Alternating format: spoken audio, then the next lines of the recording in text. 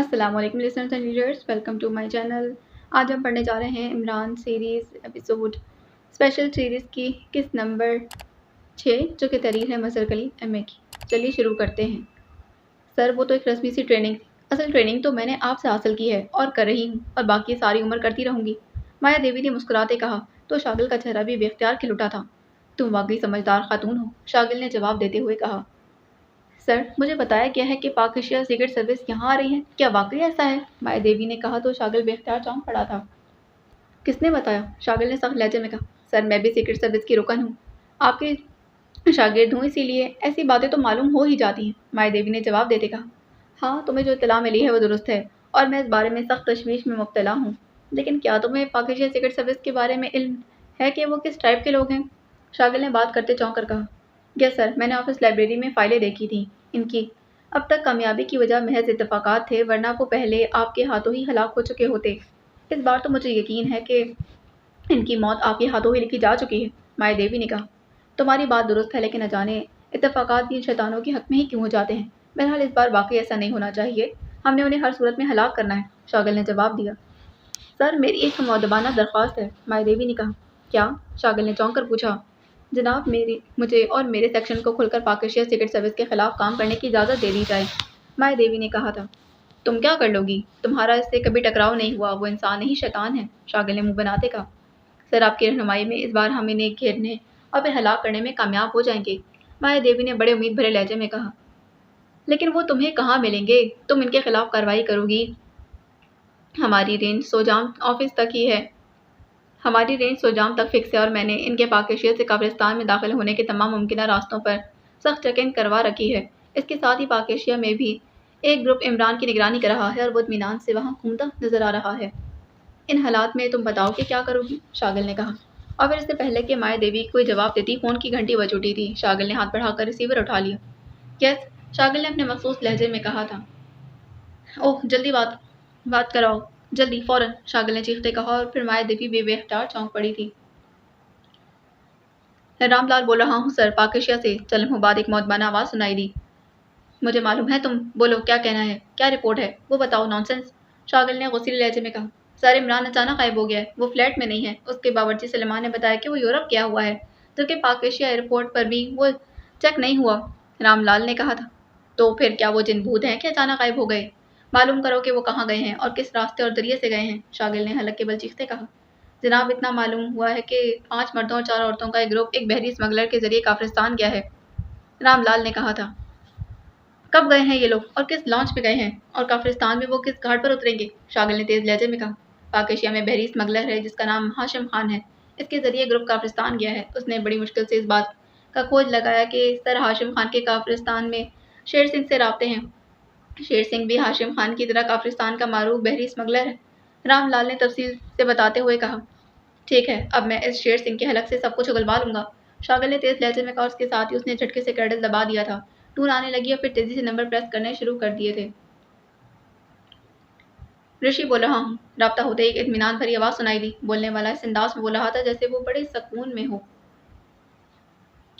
شاگل بول رہا ہوں، شاگل نے غراتے لہجے میں کہا۔ اوہ یس یہ ہے سر، حکم سر، رشی نے اس بار انتہائی بوکھلائے لہجے میں کہا۔ اس کی آواز سے ظاہر ہوتا تھا کہ جسے سارا سکون ہوا ہو گیا۔ یہ بحری اسمگلر شیر سنگھ کون ہے بولو، شاگل نے تیز لہجے میں کہا۔ بحری اسمگلر ہے جناب، رشی نے اور زیادہ بوکھلائے لہجے میں کہا۔ وہ تو مجھے بھی معلوم ہے نانسنس کہ وہ بحری اسمگلر ہے، لیکن یہ ہے کون اور کہاں ملے گا؟ وہ پاک ایشیائی ایجنٹوں کا یہاں استقبال کر رہا ہے اور میں اس کی ایک ایک ہڈی توڑوا دوں گا۔ کہاں ملے گا وہ؟ بولو جلدی، فوراً، ابھی اسی وقت، شاگل نے حلق کے بل چیختے کہا۔ جناب شیر سنگھ دارالحکومت کے سب سے بڑے ہوٹل میٹرو کا مالک اور جنرل مینیجر ہے، اور جناب قومی اسمبلی کا ممبر بھی ہے، اور جناب شیر سنگھ پرائم منسٹر کافرستان اور صدر کافرستان کی گڈ بک میں ہے، اس بار رشی نے قدرے سنبھلے ہوئے لہجے میں کہا تھا۔ صدر اور پرائم منسٹر ایک اسمگلر کے ساتھ کیسے تعلقات رکھ سکتے ہیں؟ نانسنس، شاگل نے کہا، لیکن اس بار اس کا لہجہ نرم تھا، اس میں پہلی جیسی سختی غائب ہو چکی تھی۔ جناب یہ تو ہمیں معلوم ہے کہ وہ اسمگلر ہے، ورنہ بظاہر تو وہ انتہائی معزز آدمی ہے جناب، رشی نے جواب دیتے کہا۔ تم معلوم کرو کہ وہ اس وقت کہاں ہے اور میں اس کا تمام معزز پن اس کی ناک کے راستے نکال دوں گا۔ تم بتاؤ کہ وہ کہاں ہے، شاگل نے یخلق وسیلے لہجے میں کہا۔ یس سر، میں ابھی معلوم کرتا ہوں، آپ کو کال کرتا ہوں، رشی نے کہا تو شاگل نے ریسیور رکھ دی۔ یہ لوگ بظاہر کتنے معزز بنے ہوتے ہیں، لیکن دراصل یہ لوگ ملک کے بدترین دشمن ہیں۔ اب یہ شیر سنگھ قبرستان کے مفادات کے خلاف پاکستانی ایجنڈوں کو مدد دے رہا ہے۔ خاموش بیٹھی ہوئی مایا دیوی نے کہا، ابھی دیکھنا میں اس کا کیا اشر کرتا ہوں۔ شاگل نے میز پر مکہ مارتے کہا تو کرسی پر بیٹھی مایا دیوی بے اختیار سے مٹ گئی تھی۔ تھوڑی دیر بعد ہی فون کی گھنٹی بج اٹھی تو شاگل نے جھپٹ کر ریسیور اٹھا لی۔ یس، شاگل نے تیز لہجے میں کہا۔ رشی کی کال ہے سر۔ دوسری طرف سے پرسنل سیکرٹری کی مدبانہ آواز سنائی دی۔ بات کراؤ جلدی۔ شاگل نے تیز لہجے میں کہا، رشی بول رہا ہوں سر۔ چند لمحوں بعد رشی کی آواز سنائی دی تھی، جلدی بولو، نام بتانے کی کیا ضرورت ہے؟ کیا نام ہے تمہارا مجھے معلوم نہیں؟ بولو کہاں ہے شیر سنگھ؟ شاگل نے چیختے لہجے میں کہا، شیر سنگھ تو گزشتہ ایک ہفتے سے کرمیا گیا ہوا ہے، البتہ اس کا نمبر 2 ارجن بھی موجود ہے جناب، رشی نے جواب دیا۔ کہاں موجود ہے ارجن؟ کیا سڑک پر یا پھر چوک پر کھڑا ہے؟ بکو کہاں ہے یہ؟ شاگل نے ایک بار پھر حلق کے بل چیختے کہا۔ بلو ایریا کلب کا مالک اور جنرل مینیجر ہے، رانسن روڈ پر یہ مشہور کلب ہے جناب، رشی نے جواب دیتے کہا۔ ٹھیک ہے تم وہاں پہنچو، میں آ رہا ہوں، میں دیکھتا ہوں کہ ارجن کون ہے، شاگل نے اسی طرح چیختے کہا اور پھر ریسیور پٹخ دیا تھا۔ تمہارے سیکشن کے آدمی کہاں ہیں؟ انہیں کہو کہ وہ بلو ایریا کلب پہنچ جائیں، ہم نے وہاں ارجن سے سب کچھ اگلوانا ہے۔ شاگل نے ریسیور کریڈل پر پٹخ کر سامنے بیٹھی ہوئی مایا دیوی سے کہا تھا۔ یس سر، میں یہاں سے فون کر دوں؟ مایا دیوی نے جھٹکے سے اٹھتے کہا تو شاگل نے اس بات میں سر ہلانے پر آگے بڑھ کر فون کا ریسیور اٹھا تو شاگل کے اس بات پر سر ہلانے پر اس نے آگے بڑھ کر فون کا ریسیور اٹھایا اور فون سیٹ کے نیچے موجود بٹن پریس کر کے اس کو ڈائریکٹ کیا اور پھر تیزی سے نمبر پریس کرنے شروع کر دیے۔ آخر میں اس نے لاؤڈر کا بٹن بھی پریس کر دیا تھا۔ شام لال بول رہا ہوں، رابطہ ہوتے ہی مردانہ آواز سنائی دی تھی۔ مایا دیوی بول رہی؟ مایا دیوی نے تحکمانہ لہجے میں کہا۔ یس میڈم، شام لال نے مؤدبانہ لہجے میں جواب دیتے کہا۔ اپنے سیکشن کو ساتھ لے کر بلو ایریا کلب کے باہر پہنچو، میں چیف شاگل کے ساتھ وہاں پہنچ رہی ہوں، وہاں ہمیں آپریشن کرنا ہے، مایا دیوی نے تیزی سے کہا۔ یس میڈم، دوسری طرف سے جواب دیا گیا۔ چلیں سر، مایا دیوی نے کہا تو شاگل سر ہلاتا ہوا بیرونی دروازے کی طرف بڑھ گیا۔ مایا دیوی اس کے پیچھے تھی۔ تھوڑی دیر کے بعد دو کاریں ایک دوسرے کے پیچھے دوڑتی ہوئی رانسن روڈ کی جانب بڑھتی چلی جا رہی تھی۔ پہلی کار میں شاگل اور دوسری کار میں مایا دیوی تھی۔ رانسن روڈ پر پہنچتے ہی انہیں 40-45 منٹ تو لگ گئے تھے۔ رانسن روڈ پر بلو ایریا کلب کی کمپاؤنڈ گیٹ میں دونوں کاریں ایک کے بعد دیگرے مڑی تھیں اور پھر بجائے پارکنگ کی طرف جانے کے دونوں کاریں سیدھی کلب کے مین گیٹ کی طرف بڑھتی چلی گئی تھیں۔ کاریں رکتے ہی دونوں کاروں کے ڈرائیور نیچے اترے تھے اور انہوں نے جلدی سے عقبی دروازے کھول دیے تھے۔ شاگل اور مایا دیوی دونوں نیچے اترے تھے اور اسی لمحے ایک لمبے قد اور بھاری جسم کا آدمی تیزی سے آگے بڑھا تھا۔ یہ رشی تھا جو سیکرٹ سروس سے متعلق تھا۔ اس نے شاگل کو سلام کیا۔ آئیے جناب، رشی نے مین گیٹ کی طرف اشارہ کرتے کہا، جبکہ اسی لمحے سائڈ سے تقریباً 10 افراد جنہوں نے سوٹ پہن رکھے تھے آگے بڑھے اور انہوں نے مایا دیوی کو بڑے مؤدبانہ انداز میں سلام کیا۔ تم یہیں ٹھہرو، ضرورت پڑنے پر تمہیں کال کر لیا جائے گا، مایا دیوی نے اپنے ساتھیوں سے کہا۔ یس میڈم، ان میں سے ایک نے کہا اور مایا دیوی رشی کے ساتھ آگے بڑھ گئی۔ شاگل مین گیٹ کے قریب پہنچا تو شیشے کا دروازہ کھول دیا گیا تھا اور وہاں موجود دونوں دربان سر جھکائے مؤدبانہ انداز میں کھڑے تھے۔ ظاہر ہے کہ شاگل کی کار جس پر چیف آف سیکرٹ سروس کی پلیٹ لگی ہوئی تھی انہوں نے دیکھ لی تھی۔ شاگل، مایا دیوی اور رشی تینوں جیسے ہی ہال میں داخل ہوئے، ایک طرف سے چھوٹے قد لیکن بھاری جسم کا آدمی جو سر سے گنجا تھا، سوٹ پہنے تقریباً دوڑتا ان کی طرف آیا تھا اور شاگل کے سامنے رکو کے بل جھک گیا تھا۔ میرا نام ارجن ہے جناب، آپ نے مجھے کال کر لیا ہوتا، میں سر کے بل آتا جناب، اس آدمی نے انتہائی مؤدبانہ لہجے میں کہا۔ یہ ارجن ہے جناب، اس کلب کا مالک اور مینیجر، رشی نے شاگل سے مخاطب ہوتے کہا۔ تو تم ہو ارجن، چلو آفس میں، شاگل نے نفرت بھرے لہجے میں کہا۔ یس سر، یہ میری خوش بختی ہے کہ آپ یہاں تشریف لائے ہیں، آئیے سر، ارجن نے بڑے خوش آمدانہ لہجے میں کہا تو شاگل کا چہرہ کھل اٹھا۔ اس کا سینہ مزید 2 انچ پھول گیا تھا، لیکن مایا دیوی کے چہرے پر غصے کے تاثرات ابھر آئے تھے کیونکہ وہ ارجن کے انداز سے ہی سمجھ گئی تھی کہ وہ خوشامد کر رہا ہے۔ تھوڑی ہی دیر بعد وہ سب ایک خاصے بڑے اور خوبصورت انداز میں سجائے گئے آفس میں پہنچ گئے تھے۔ شاگل اور مایا دیوی ایک سائڈ پر صوفے پر بیٹھ گئے جبکہ رشی سامنے کے صوفے پر بیٹھ گیا تھا۔ سر، آپ کیا پینا پسند کریں گے؟ ارجن نے اسی طرح انتہائی خوش آمدانہ لہجے میں پوچھا تھا۔ میں اس وقت ڈیوٹی پر ہوں سمجھے، اسی لیے بیٹھ جاؤ اور میرے سوالوں کے جواب دو، لیکن ساتھ ہی یہ بھی سن لو کہ میرا نام شاگل ہے۔ اگر تم نے جھوٹ بولنے کی کوشش کی تو نہ صرف تمہاری لاش گٹر میں تیرتی نظر آئے گی بلکہ تمہارا یہ کلب بھی میزائلوں سے اڑا دیا جائے گا، شاگل نے یخلق خوشیلے لہجے میں کہا۔ سر، آپ کے سامنے تو کیا دنیا کا کوئی بھی شخص جھوٹ نہیں بول سکتا؟ آپ حکم کریں سر، میں ایشور کی قسم کھاتا ہوں، جو کچھ مجھے معلوم کا سچ سچ بتا دوں گا۔ مجھے آپ کے اختیارات کا بھی علم ہے اور یہ بھی علم ہے کہ آپ سچ بولنے والے کی قدر شناسی بھی کرتے ہیں، ارجن نے سامنے والے صوفے پر مؤدبانہ انداز میں بیٹھ کر انتہائی خوش آمدانہ لہجے میں کہا تھا۔ پاک ایشیا سیکرٹ سروس کا ایک گروپ پاک ایشیا کے بحری اسمگلر ہاشم خان کی مدد سے یہاں کافرستان پہنچ رہا ہے تاکہ یہاں وہ کافرستان کے اسپیشل اسٹیشن کو دبا کر سکے اور تمہارا چیف شیر سنگھ یہاں ان کی مدد کر رہا ہے۔